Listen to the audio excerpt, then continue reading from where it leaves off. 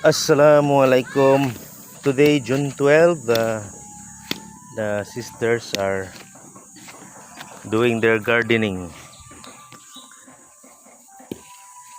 Gardening here.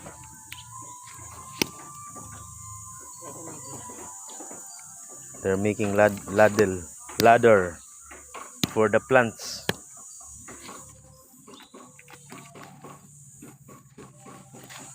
And this is what they did for the patola.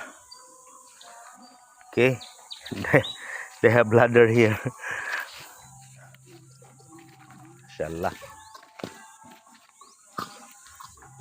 And we have a good news. Our squash has been sprouted. Mashallah. Tabarakallah. This is the squash. So